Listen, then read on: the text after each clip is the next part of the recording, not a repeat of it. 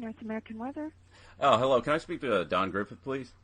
Yes, may I ask who's calling? Yeah, this is Chris. I'm calling from Lawton, Oklahoma. Okay, hold on. Okay.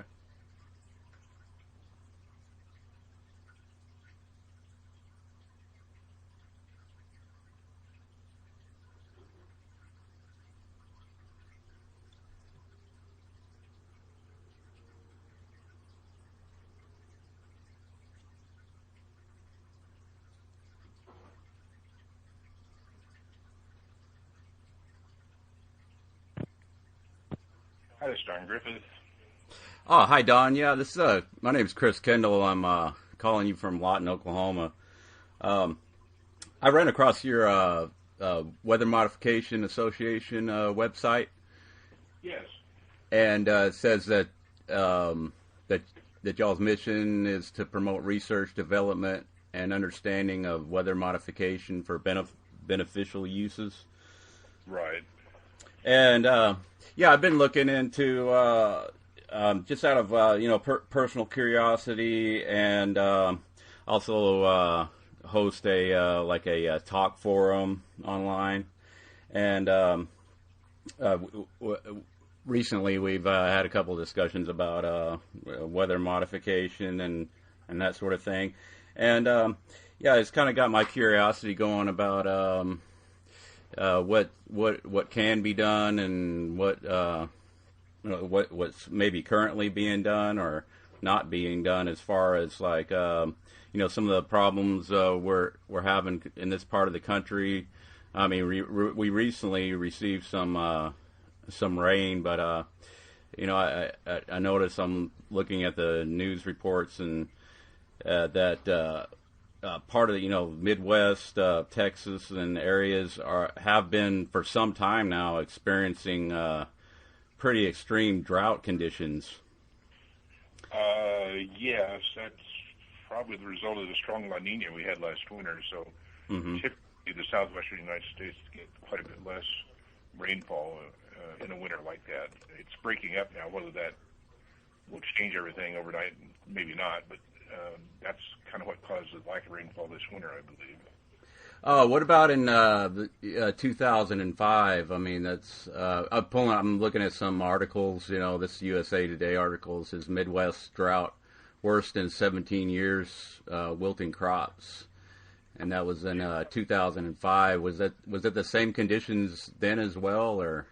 Well, I don't remember right offhand. I could look it up on a website to see what kind of El Nino or La Nina pattern we were in. It's usually one or the other, or somewhere in between, based on the tropical ocean temperatures in the Pacific. Uh-huh. So I don't recall right offhand, but I could certainly tell you that if I looked it up. And it's always not real clear-cut, even when you have a fairly strong La Nina or El Nino, that's exactly what happened. But it's one of the ways of having an outlook of what you might expect anyway. Okay, yeah. Well, so when you have that sort of the La Nina, La Nino conditions, is it still possible to use some weather modification, cloud seeding, and that sort of thing to sort of help out with the drought and the way I've been at this for a number of years now. The way I look at cloud seeding, it's not going to cure a drought, but it is still a technology that will work on the right kind of clouds, regardless if they're occurring in a drought period or not. So what typically happens is, in a drought period, you have fewer storms or clouds forming than normal, so you get less rainfall.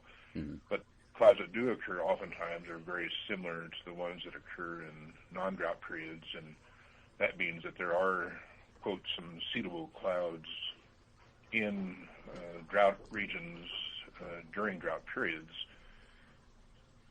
If you think about it, if we're able to increase precipitation maybe 10 or 15%, and that's a reasonable number, by the way, if you're in a drought and are going to get 50% of normal rainfall and we're doing cloud seeding, you might get a 10% increase, but that would only mean that you're getting like 55% of normal rainfall, so you still have a drought. Mm-hmm. Right. If you follow that logic. So it's better applied in more normal times when you have more seeding opportunities, and that's especially true if the moisture can somehow be stored somehow in either the soil mantle or in the reservoirs for irrigation purposes and so forth, if you see where I'm going with that. So right. if you're seeding prior to a drought more consistently, then you may have more water supplies available during the drought because you've been doing something proactively before then. Right.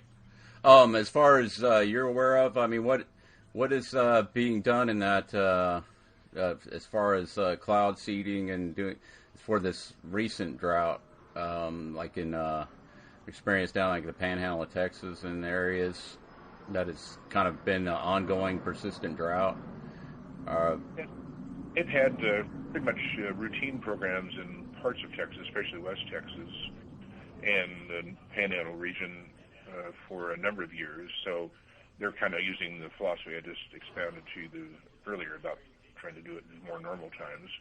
And that's ongoing this year. Obviously, they're having very few clouds to seed because it's been so dry, but they're in operation. You may not be aware that the state of Oklahoma had a program for 2 or 3 years back in the late 90s or early 2000s. I'm not sure which, but it was through, I'm trying to think of names now. It was like your Department of Water Resources or something. They had a statewide program that was funded by the state and several aircraft doing cloud seeding. That only lasted 2 or 3 years, and then I don't really know the reasons for its demise, but there's a little bit of history of cloud seeding in Oklahoma for increasing rainfall.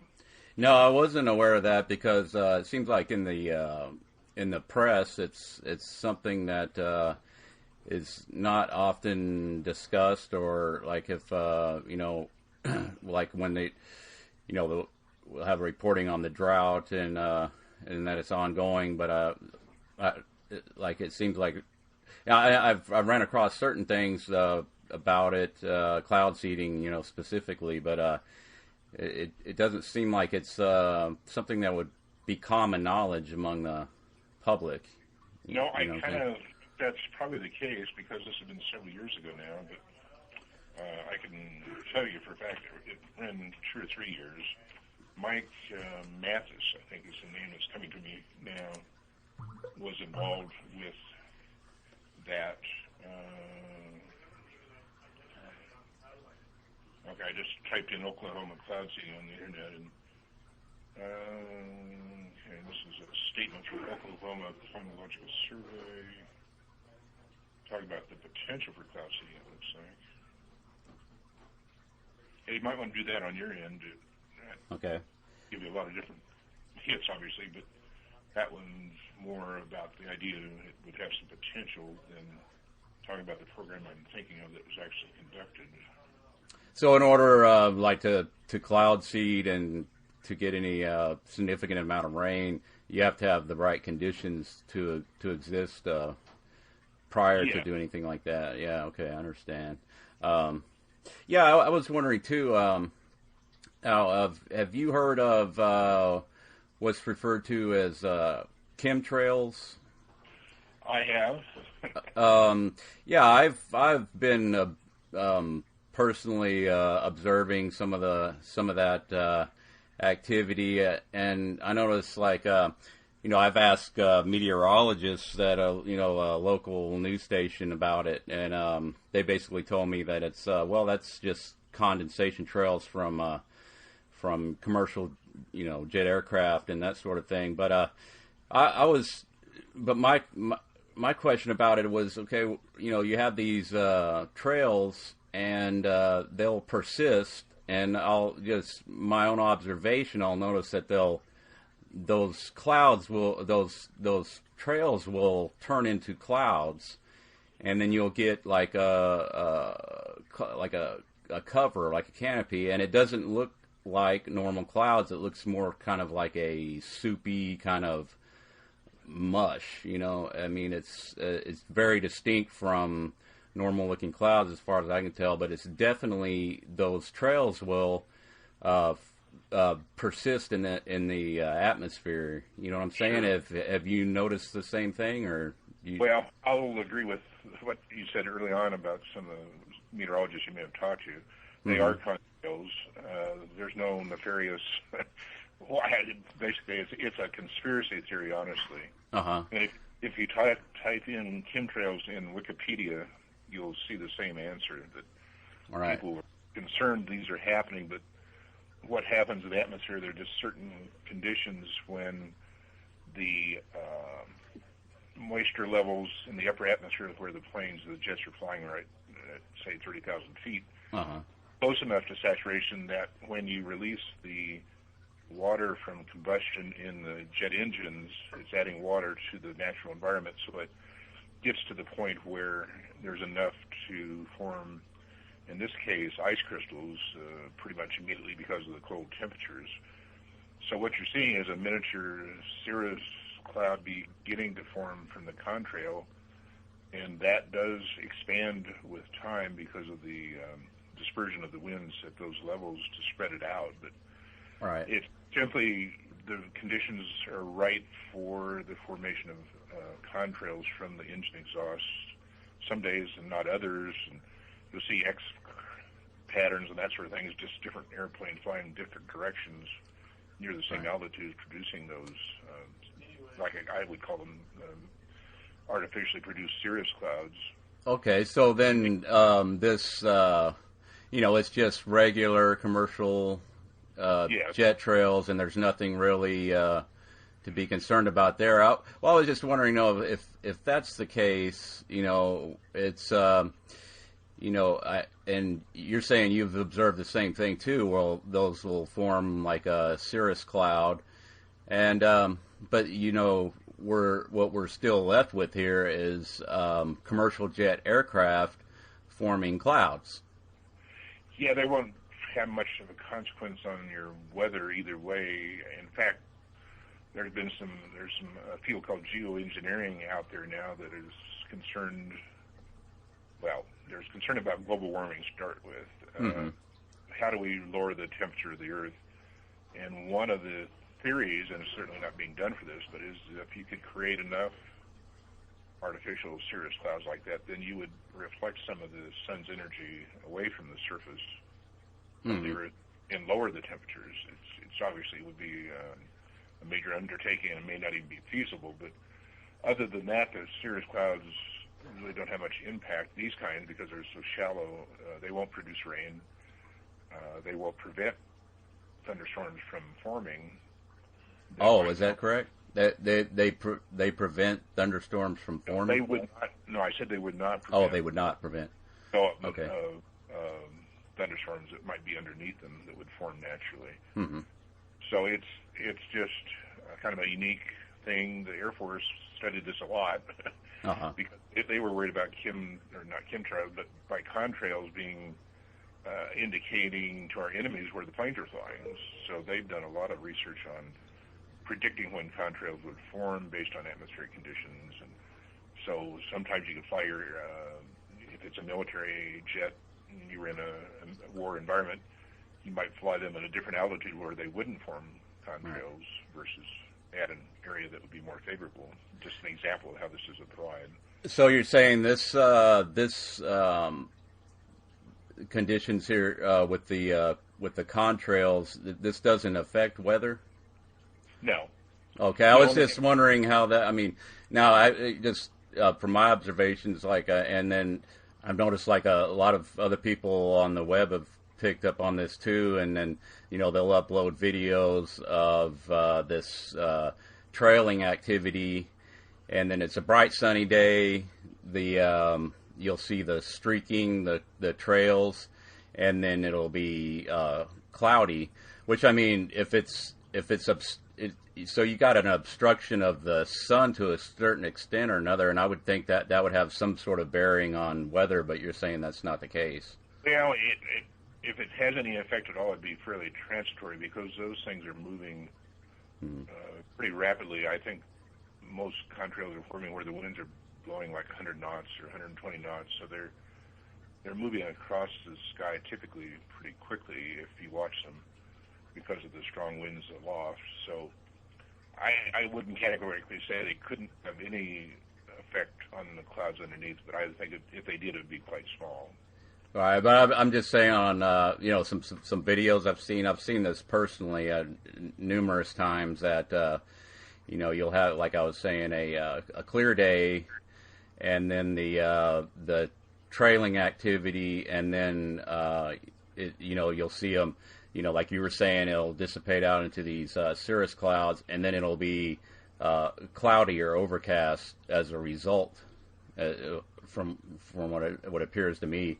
And so, and I'm also familiar with what you were just talking about prior about the proposals to geoengineer with putting particulates up in the atmosphere to regulate the sun that's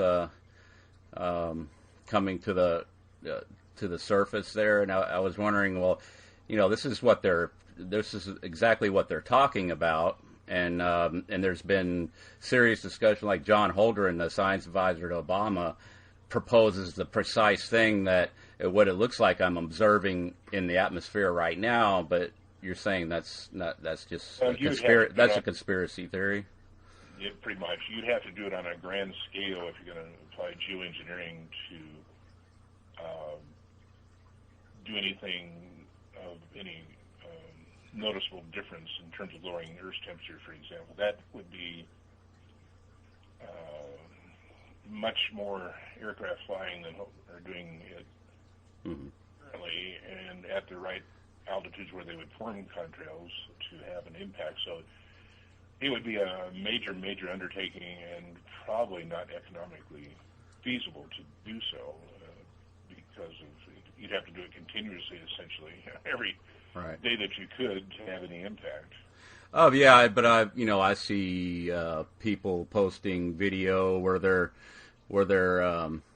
taking video of the trailing activity, and this is you'll get it from Canada, you get it from Europe, you get it from all over the world. So, but that's just plain old commercial jet traffic then that they're seeing, and it's nothing to do with geoengineering, even though it looks and appears to be precisely what they discuss, but that's not happening. Okay, yeah. Well, I mean, I and another thing too I ran across is well, like for instance, the defense contractor Raytheon and their involvement in such things as radar systems, the Doppler radar, the radar that meteorologists use to observe clouds. And I was just wondering, like, what are your thoughts on a defense contractor being so intimately involved in providing that sort of equipment and having that out there? And just recently, I got an article here. It talks about Raytheon wins a contract, to rebuild Iraq's infrastructure, and that's it says air traffic management systems, and one of the aspects of that is to provide these weather state of the art weather tracking and systems, and it's well, just. Look at it this way, Chris. If they develop these things for the military and they have the expertise to do so, then it makes perfect sense to me to have such a firm like Raytheon do it in the private sector, or whatever you want to call it. Uh-huh. For one thing, it creates jobs here in America to do those sort of things, that we've got that technology that can help other countries if we apply it in the right way. You don't want to give it to Iran, probably, if you have a choice, but right. Certainly it makes perfect sense to me in a free market system like we have for the most capable group to be awarded a contract to do something, whether they're a defense contractor mainly, or if they're more of a like a Microsoft sort of a company that's strictly private, going into the private sector here in our country. So why not use the expertise? Yeah, the thing that when I look at this, it reminds me of a Defense Department report. The title of it, you can look it up on Google. It's "Weather is a Force Multiplier: Owning the Weather in 2025." And conspiracy thing. It's kind of a dream that's not going to happen. Uh-huh. The cloud seeding. Let me just kind of condense this for you. Cloud seeding capabilities are pretty limited in time and space. So to think that we could do enough as humans to alter the course of the jet streams going around the Earth is nonsense. We'll never be able to control the basic circulation patterns over the world, and those are what drives the weather. It's an exchange of cold air from the Arctic and the Antarctic mixing with the warm air coming from the tropics, and that's what really drives the weather, is that circulation. Those two different air mass entities interacting with each other is basically what creates the weather worldwide, and we're able to operate in a very tiny sector of some clouds that come through with a storm, and the effects we're having are probably only lasting 4 or 5 hours, and over maybe 1,000 square miles or something. So just think of the size of the Earth and the size of the United States there. To bring the jet stream down, if it's a drought from Canada into the southern United States, is simply not going to happen. Well, the way I understand that it may possibly work, and I'm no expert on, but from what I understand, the way as the best I can understand that what could possibly or potentially be done, or maybe it's being done now, is you have the high pressure systems are where, from what I understand, it's a warmer air. Is that correct? That's kind of a warmer atmospheric conditions. Typically warm, yes. And then the low pressure systems is where you'll have where clouds will form and maybe storms will form in them type of conditions. That's as I'm talking about. The cold lows are typically coming from the Arctic sources, and the warm highs are coming out of the semi-tropics or tropical areas. So yeah, that's what's going on. So if you had some sort of equipment, let's say that could, like you have your microwave oven, you could put a cup of water, and how is that heating that water up? Well, it's microwave excitation of the molecules, the water molecules, and it's what heats up the water. And from what I understand, that the possible application of that sort of technology would be to have something that could put those certain types of waves into the atmosphere to create like a high pressure system. I mean, if you're familiar with anything like that. Do you have any idea what energy would be required to do that? I know that the energy that you could boil a significant amount of water will fit on your countertop. So if you scale that up, you're talking about thousands, 10,000s, hundreds of thousands of square miles in the atmosphere. You seem to be wanting to chase conspiracy theories. If you're really interested in weather modification and how it might be applied in Oklahoma, I can help you. But if we're just going to have a discussion about all these conspiracy theories out there, I'm not. Oh, sir, do you believe that there's such a thing as conspiracies? Oh, definitely. Okay, yeah, me too. So, I mean, I'm not. I think it's in the eye of the beholder. You ought to watch a movie called, I think it was called that, Conspiracy Theory, Mel Gibson in it. Uh-huh. About 99% of the things that people worry about never come true. Yeah. So there may be something out there, some esoteric thing. It could be the Russians doing something nasty to it, that kind of mentality. But the likelihood of that being true is infinitesimally small, typically.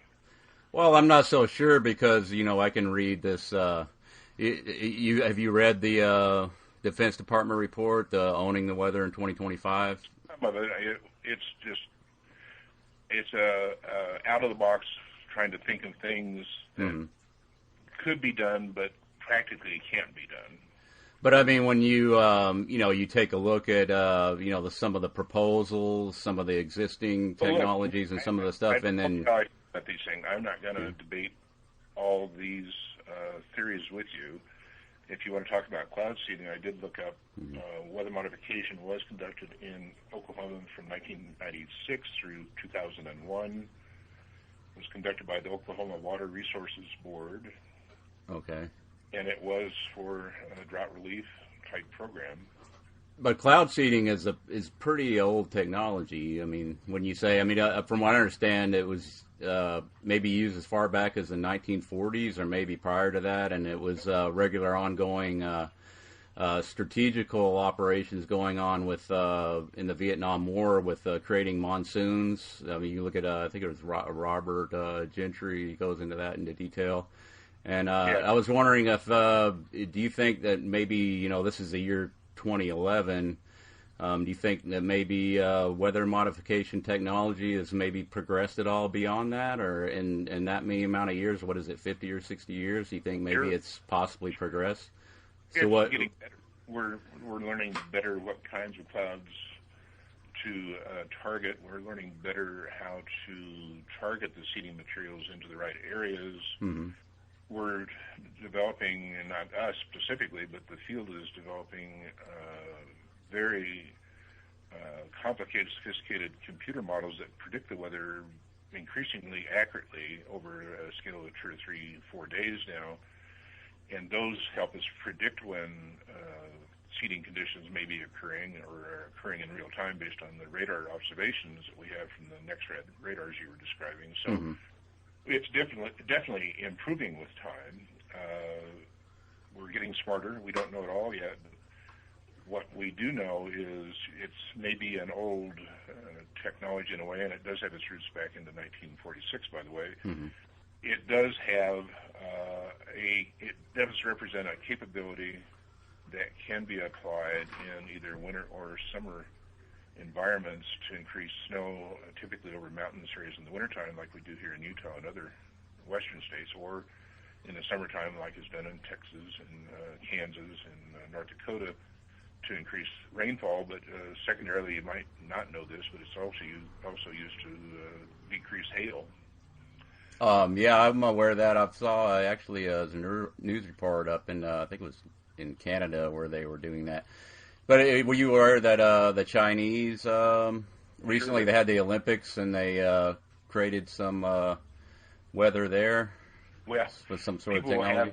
The scientists in this country are pretty skeptical about the Chinese claims they can suppress the weather so it doesn't rain on the parade, literally in that situation. So that's kind of a good example on a very small scale of the skepticism in the scientific ranks about doing anything broad scale like you're suggesting the DOD. Right. Said we could own the weather in 2025. Well, it's if you can't do it over a stadium in China, and I think they were just lucky to be able to have some clear weather there, but it's not well accepted. The science behind that overseeding mentality is not well accepted as a way of decreasing rainfall. Yeah. Well, hey, you were on the next. You brought up the NextRad systems. There was some interesting information I ran across on the web, and basically this individual he took a overlay of the NextRad stations and put it over a map of the heavy precipitation. And it was interesting that the NextRad radar areas lined up precisely with the areas of heavy precipitation. Like it was, you would have. That's the reason for the NextRad radar. What gives you reflectivities in a radar is the diameter of, they're called hydrometeors, which are raindrops typically. Uh-huh. The raindrops or hail, the stronger the reflectivity from the beam of the radar bounce back to the receiving set. Mm-hmm. So you're exactly right. You're seeing where the rainfall is, and that's why they're so useful. And it even tells you where tornadoes are forming because of the wind fields. Yeah, I was thinking that that's it's going to be you're going to get a stronger signal the closer you are to the system, No. and that would create an appearance of maybe it's emanating out from it. But you're saying that's just it's just an artifact of the way those. But then I was thinking, well, let's see how they line up with the drought areas, and I took a drought map regions, and wow, it was like the same thing. It's like these NEXRAD stations form. They dot right along the contours of those drought regions, and I was thinking, well, that can't possibly be just pure coincidence. I don't understand how it could be, because there were so many. Let me put it this way: radar signals are not going to affect the precipitation processes. Mm-hmm. So if you're thinking that radar signals are creating droughts, that's baloney. Or the fact that they're creating rain is baloney. It's simply observing what's happening in nature. But that's all just pretty much science fiction, that the idea that you can maybe heat up water with radio waves, or heat up or water molecules, which are in the atmosphere, just like your cup of water in a microwave oven. If you want to take the power generated by Lake Mead into some exotic grid and try to evaporate clouds, go for it. But that's the kind of energy you're talking about, and probably only affect maybe a couple hundred square miles of the atmosphere if you tried that. Yeah, I mean, as far as what the average layperson is aware of, and from what I understand, the technology that the military has access to may be quite more advanced than the average person is aware of. That's I mean, it's kind of you see all these different technologies that come out of the military.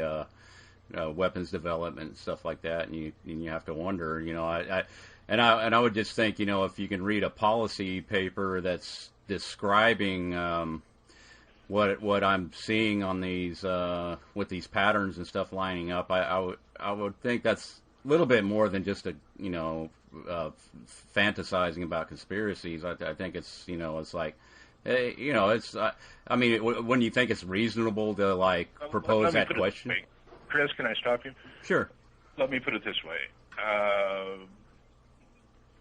Do you go to a doctor for your health problems? I try to stay away from them as much as possible, but yeah, I mean, if I was to lose a thumb or something. Got a toothache? Well, yeah, sure. Okay. Now, here's the analogy. If you're trusting experts, in that case, those qualified people, to tell you what's going on, then do you want to treat yourself? You want to pull your tooth, or do you want to say, I think I've got cancer, so I'm going to take this herbal medicine and cure myself? You go to experts to ask opinions about your concerns. Once you get the expert opinions, and I think I'm an expert in cloud seeding at least, you need to accept those answers and not keep cogitating on, but I'm seeing this and I'm seeing that. It's not true. I'm just telling you right now that the NEXRAD radar signals and the patterns you're observing have nothing to do with the rainfall patterns that are happening naturally. They're just observing it and not creating it. Well, I mean, I could give you, as far as experts, with this conversation, I'm sorry to cut you off. I just got back from a trip, but okay. I'm not going to have a long debate about, which I will term primarily conspiracy theories that you're dealing with. Okay, I mean, yeah, I mean, that's, I appreciate, you sharing information that you have, but I mean, just to sum it up real quick, I mean, you're saying that cloud seeding is pretty much the cutting edge of weather modification technology as it stands in the year 2011 right now. What we're doing with increasing precipitation over small areas, basically summer or winter, or suppressing hails over relatively small areas, is pretty much the state of the science, yes. Yeah, I mean, and then it's like, we can only hope for maybe an increase. Did you say 10% or something like that? Yes, typically 10 or 15%. So in the year 2011, that's about all we can do. Yes. Okay. All right. Well, I appreciate it, and you have a good one, and I appreciate you spending time with me here on this information. Okay, you're welcome. Okay, have a good one.